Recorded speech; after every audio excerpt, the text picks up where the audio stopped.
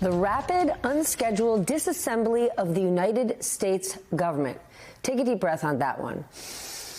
That is the title of an Atlantic piece examining what it calls Elon Musk's bureaucratic coup, saying the following. The endgame for Musk seems to be just as it was with Twitter. Seize a polarized, inefficient institution, fuse his identity with it, and then use it to punish his enemies and reward his friends.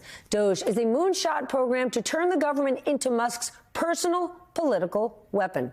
Here to discuss best-selling and Pulitzer Prize-winning author Anne Applebaum. She's a columnist for The Atlantic.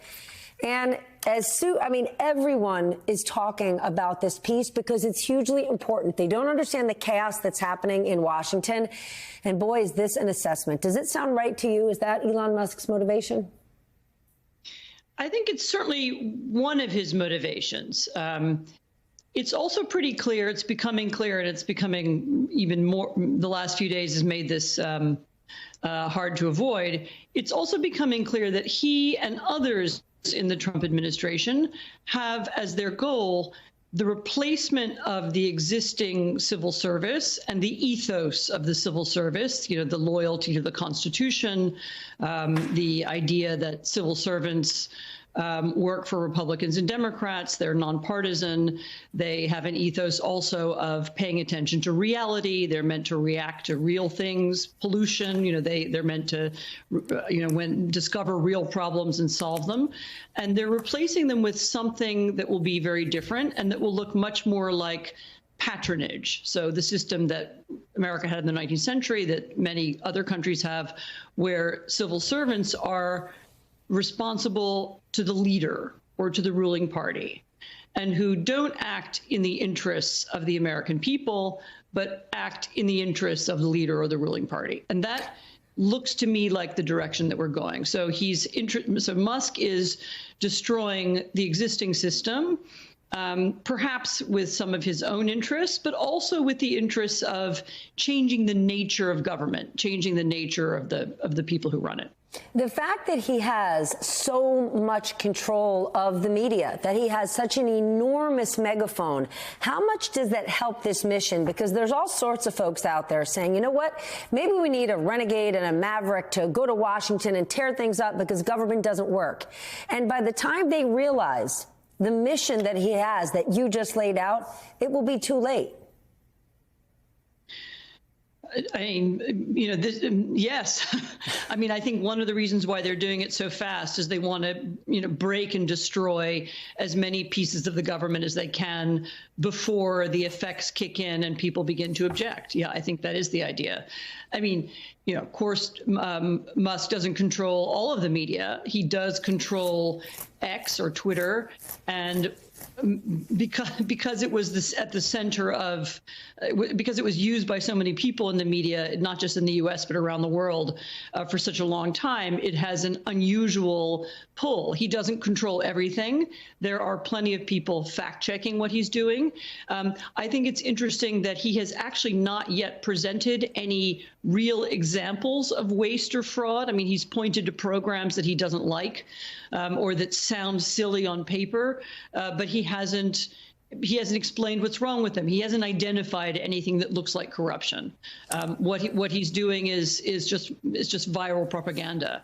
And there are people who fact check it. There are people who've been pointing out that he hasn't found anything wrong yet. And I hope that Americans will begin to listen to some alternate views. You recently wrote a piece where you said that there are legal ways to stop Musk, but, and I want to get the quote right, but cowardice is as viral as one of Musk's tweets. Why is it that you think people are so scared of this man? Why is Congress actually acquiescing their own power to him?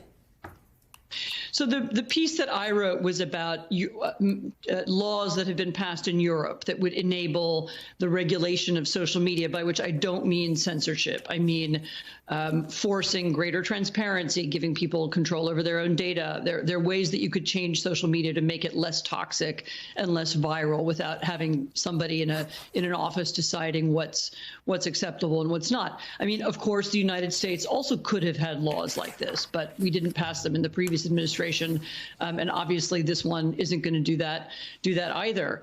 And one of the reasons we don't pass them, and one of the reasons maybe the Europeans will be nervous about it, is that the power that X has, that Musk has, is the power of, it's now a kind of public-private smear campaign.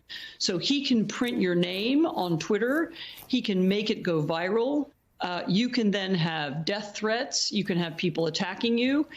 And now, of course, there's the implication that maybe then the federal government could also get interested in you. I mean, does a campaign on Twitter mean that you'll be audited by the IRS, that you're whatever, if you happen to work for the federal government, that you'll be fired?